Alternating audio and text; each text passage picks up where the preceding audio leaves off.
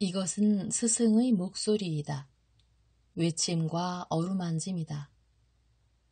이 목소리가 회개하기를 원치 않는 사람들에게 말할 때에는 외침이 되고, 비록 불완전하더라도 하느님과 그분의 말씀을 찾아내려는 착한 뜻을, 하느님과 그분의 말씀을 찾아낸 다음에는 자기를 거룩하게 하려는 착한 뜻을 가진 사람들에게 말할 때에는 어루만짐이 된다.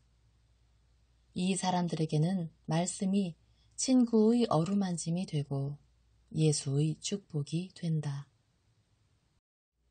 하느님이시여 사람이신 그리스도의 시 제3권 공생활 둘째 해 상권 19. 예수께서 게르게사에 계시다. 요한의 제자들 1945년 5월 9일 예수께서는 내가 한 번도 본 적이 없는 마을에서 말씀하신다. 적어도 내게는 그렇게 보인다. 모든 마을이 거의 비슷하게 생겨서 얼핏 보아서는 구별하기가 어렵기 때문이다. 여기도 큰 길이 호수를 끼고 나 있고 배들이 모두 깃을 가까이에 있다. 크고 작은 집들은 큰 길 건너편에 있다. 그러나 이곳에는 야산들이 훨씬 더 뒤쪽으로 있어서 이 작은 도시가 아름다운 평야 가운데 있게 된다. 이 평야는 호수의 동쪽 기슭을 따라 발달하였으며 야산들이 바람을 막아 바람을 피하게 되어 있다. 그러므로 이 평야는 온화한 기후를 가지고 있어서 이곳에서는 다른 시골에서보다도 나무의 꽃들이 훨씬 더 잘 핀다. 연설이 벌써 시작된 모양이다. 예수께서 이렇게 말씀하시는 것으로 알 수 있다. 그것은 사실입니다. 우리는 선생님을 절대로 버리지 않겠습니다. 선생님을 버리는 것은 하느님을 버리는 것일 테니까요 하고 말합니다. 그러나 게르게사의 시민 여러분, 사람의 생각보다 더 변하는 것은 아무것도 없다는 것을 기억하시오. 여러분이 지금은 이런 생각을 가지고 있다고 나는 확신합니다. 내 말과 뜻밖에 일어난 기적이 여러분을 이런 방향으로 흥분시켰고, 여러분이 지금은 실제로 그런 생각을 가지고 있습니다. 그러나 삽화 하나를 여러분에게 상기시키겠습니다. 오래전의 것이거나 근래의 것이거나 이런 삽화를 얼마든지 예로 들 수 있겠지만 이것 하나만을 들겠습니다. 하느님의 종 여호수아가 죽기 전에 각 지파의 연장자들과 지도자들과 재판관들과 행정관들을 자기 주위에 불러 모아놓고 주님 앞에서 그들에게 말했습니다. 그는 주님이 자기를 통하여 베푸신 모든 은혜와 행하신 모든 놀라운 일들을 그들에게 상기시켰습니다. 이 모든 일을 열거한 다음에 주님이 아닌 어떤 신도 물리치라고, 그렇지 않으면 적어도 참 하느님을 진정으로 택하든가 메소포타미아의 신들과 아모리인들의 신들을 택하든가 함으로써 아브라함의 자손들과 이교에 집착하는 사람들 사이에 명백한 구별이 있게 하라고 권했습니다. 뚜렷한 오류가 위선적인 신앙 고백이나 믿음의 뒤섞임보다는 항상 더 나은 것입니다. 믿음의 뒤섞임은 하느님께는 치욕이 되고 사람의 정신에는 죽음이 되는 것입니다. 그런데 이 믿음의 뒤섞임보다 더 쉽고 더 흔한 것은 아무것도 없습니다. 외양은 그럴듯합니다. 그러나 그 아래 깔려있는 실제는 아무 가치도 없습니다. 여러분, 언제나 그렇습니다. 언제나. 율법을 지키는 것과 율법이 금하는 것과를 뒤섞는 신자들, 율법을 충실히 지키는 것과 율법을 따르지 않는 사람들에게서 이익을 얻어내기를 바라서 그들과 거래를 하고 타협을 하는 데에서 오는 이익 사이에서 술 취한 사람들처럼 망설이는 저 추한 사람들. 하느님을 섬기는 것을 그들의 생활의 목적으로 삼지 않고 다른 사람들을 제압하고 더 성실한 사람들에 대하여 전권을 가지기 위한 교활한 정략을 만드는 저 사제들이나 율법학자들이나 바리사이파 사람들은 우리 하느님과 외국의 신들을 뒤섞어 놓는 위선자들에 지나지 않습니다. 그들이 이렇게 하는 것은 그들이 하느님의 종들이 아니라 그들이 추구하는 목적을 위하여 힘있고 귀중하다는 것을 아는 권력의 종들이기 때문입니다. 백성은 여호수아에게 이렇게 대답했습니다. 우리가 참 하느님을 버리고 외국의 신들을 섬기는 일이 있어서는 절대로 안 됩니다 하고 여호수아는 그들에게 내가 전에 여러분에게 말한 것과 같은 말을 했습니다. 즉 아버지의 거룩한 질투와 우리에게서 우리 전체를 기울인 전적인 사랑을 받고자 하시는 하느님의 뜻, 그리고 거짓말쟁이들을 벌하시는 것이 공평하다는 것에 대해서 말한 것입니다. 벌한다는 것. 하느님께는 상을 주실 수 있는 것과 마찬가지로 벌하실 수도 있습니다. 죽어야만 상을 받거나 벌을 받는 것이 아닙니다. 오 히브리 백성들이여, 하느님께서 그대들을 이집트의 왕들에게서 구해내시고 광야와 적들이 계략들 사이로 그대들을 무사히 인도하시고 그대들로 하여금 위대하고 존경받고 영광을 많이 누리는 민족이 되도록 허락하심으로 그대들에게 많은 것을 베풀어 주시고 나서 그대들의 죄 때문에 한 번, 두 번, 10번 그대들을 벌하지 않으셨는가? 지금 그대들이 어떻게 되었는지를 보라. 그리고 나는 그대들이 우상숭배 중에서도 가장 하느님을 모독하는 우상숭배에 빠져들어가는 것을 보며 그대들이 늘 같은 죄에 다시 떨어지는 고집으로 인하여 어떤 구렁으로 떨어지려는지를 본다. 내가 구세주이고 또 내가 그대들에게서 태어났기 때문에 이중으로 내 백성인 백성아, 이 때문에 내가 그대를 다시 일깨우는 것이다. 이것은 증오가 아니고 원한도 아니며 비타협성도 아니다. 내가 상기시키는 것은 비록 그것이 엄하다 하더라도 역시 사랑이다. 여호수아는 그때 이렇게 말했습니다. 여러분이 주님을 택한다고 한 그 말의 증인은 여러분이요 하고, 그리고 모든 사람은 우리가 증인입니다 하고 대답했습니다. 그리고 용맹하기만 한 것이 아니라 지혜롭기도 하던 여호수아는 사람의 의지가 얼마나 약한지를 알기 때문에 율법과 계약의 모든 말을 책에 기록하여 성소에 두었습니다. 그뿐 아니라 그때 장막이 있던 세겜에 있는 성소에 큰 돌 하나를 증거로 가져다 놓고 이렇게 말했습니다. 여러분이 주님께 드린 말들은 이 돌들이 여기 증거로 있어 여러분이 말한 것을 부인하고 여러분이 주 하느님께 거짓말을 할 수 없게 할 것이요 하고, 돌은 아무리 크고 단단하더라도 사람이나 벼락에 의해서 또는 물과 세월로 인한 마멸로 언제나 먼지가 될 수 있습니다.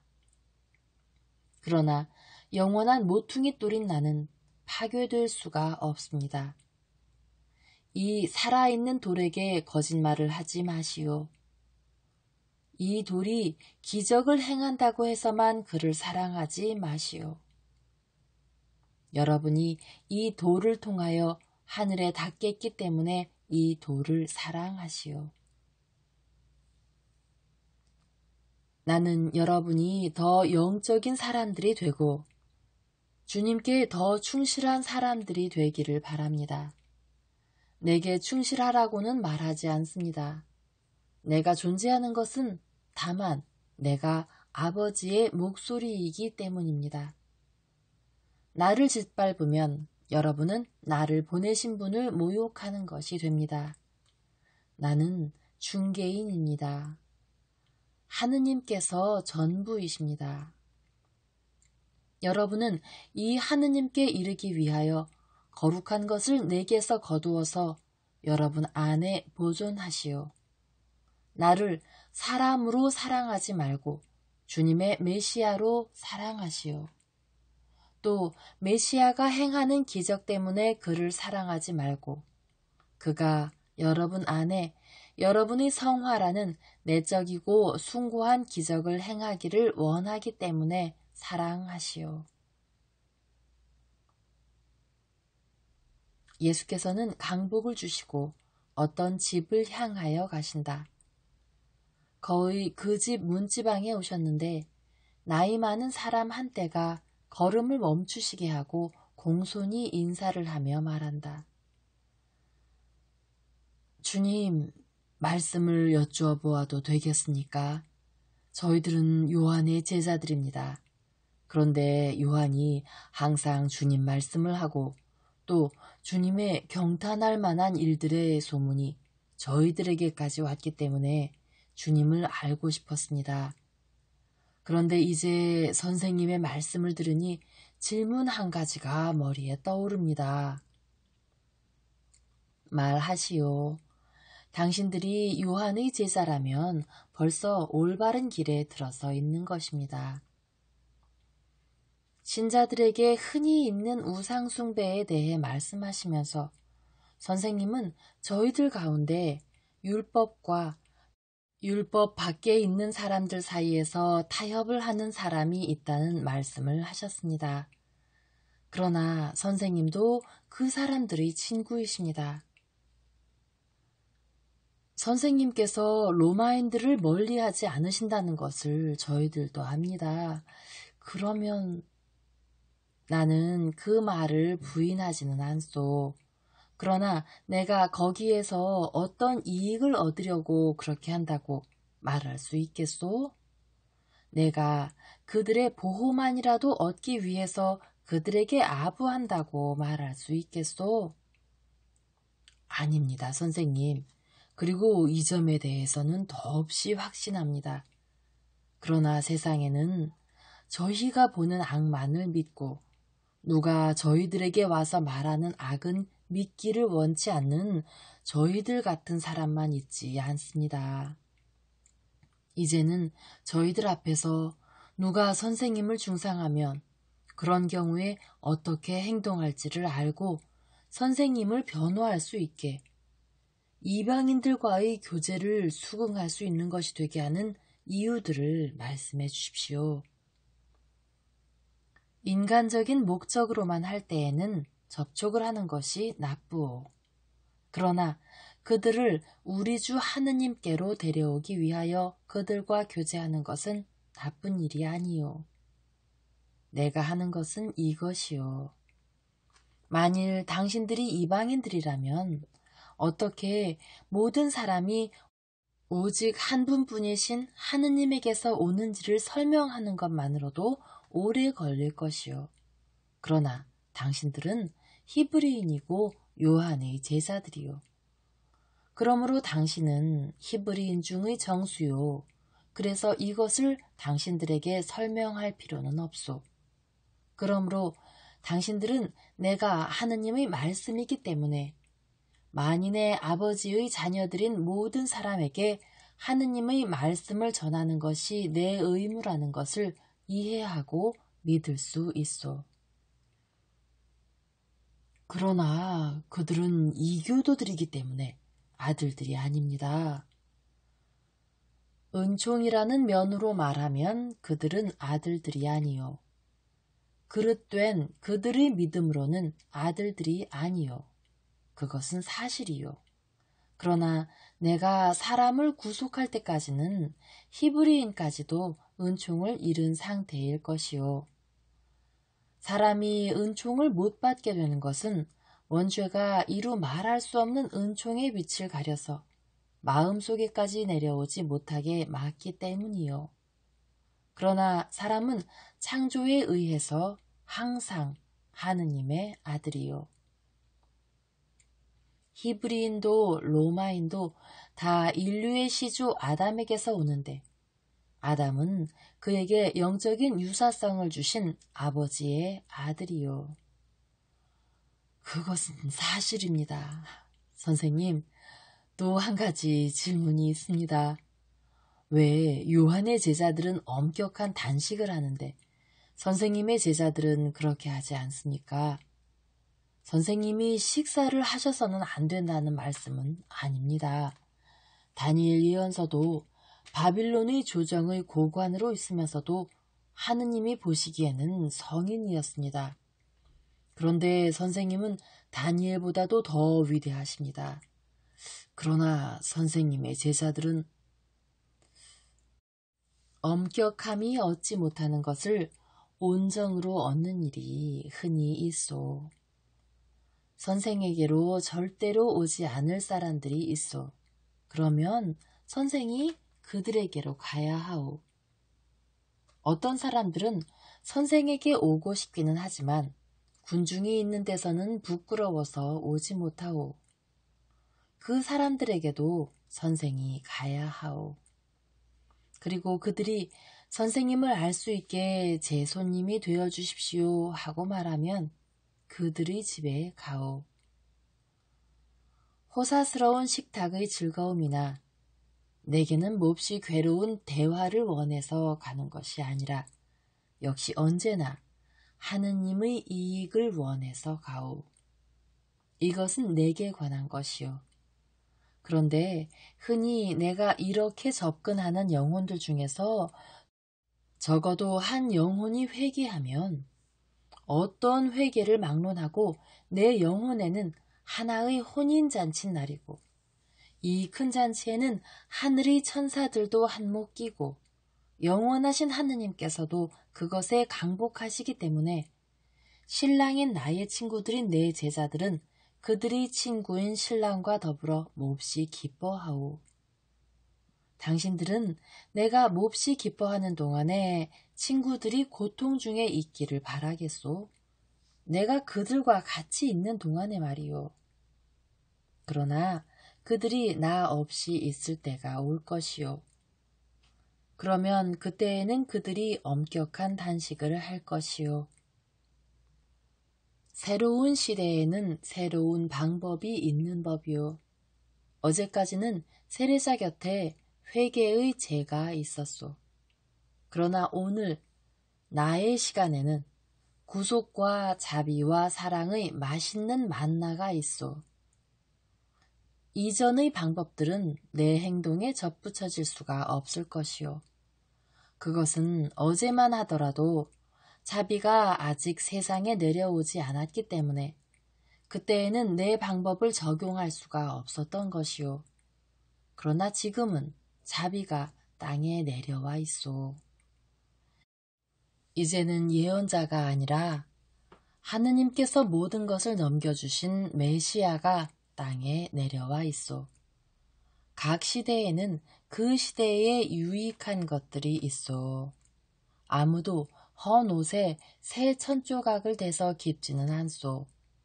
그렇게 하면 빨래를 할 때에 새 천이 오그라들어 헌 천이 찢어지고 또 찢어진 구멍이 점점 더 넓어지기 때문이요. 이와 마찬가지로 새수를 헌 부대에 넣는 사람은 아무도 없소. 그렇게 하면 헌 부대가 새술이 부걱부걱 괴는 것을 견디지 못하고 터져서 새술이 터진 부대 밖으로 쏟아져 나오기 때문이요. 그러니 벌써 발효작용이 끝난 묵은 술은 헌 부대에 넣고 새 술은 새 부대에 넣소. 그것은 어떤 힘이 그것과 동등한 다른 힘과 균형이 잡혀야 하기 때문이요. 지금이 그렇소. 새 교리의 힘은 그것이 전파되는데 새로운 방법을 필요로 하오. 그래서 그것을 아는 나는 이 새로운 방법을 쓰는 것이요. 주님, 고맙습니다. 저희들이 이제는 만족합니다. 저희들을 위해 기도해 주십시오. 저희들은 헌 부대들입니다. 선생님의 힘에 견뎌낼 수 있겠습니까? 견뎌낼 수 있소. 그것은 세례자가 당신들을 단련했고 내 기도와 합한 세례자의 기도가 이 가능성을 당신들에게 주게 했기 때문이요. 내 평화를 가지고 가시오. 그리고 요한에게 내가 축복한다고 말하시오. 그러나 저 선생님 생각에는 저희들이 그대로 세례자와 같이 있는 것이 낫습니까? 아니면 선생님과 같이 있는 것이 낫습니까? 묵은 술이 있는 동안은 그것이 입에 더 맞다면 그것을 마시시오. 이 다음에는 어디에나 퍼져 있는 더러운 물이 당신들을 실증나게 할 것이니 새 술을 좋아하게 될 것이오. 세례자가 다시 잡히리라고 생각하십니까? 그럴 것이요. 나는 벌써 그에게 사람을 보내 경계를 하라고 일렀소. 자, 가시오.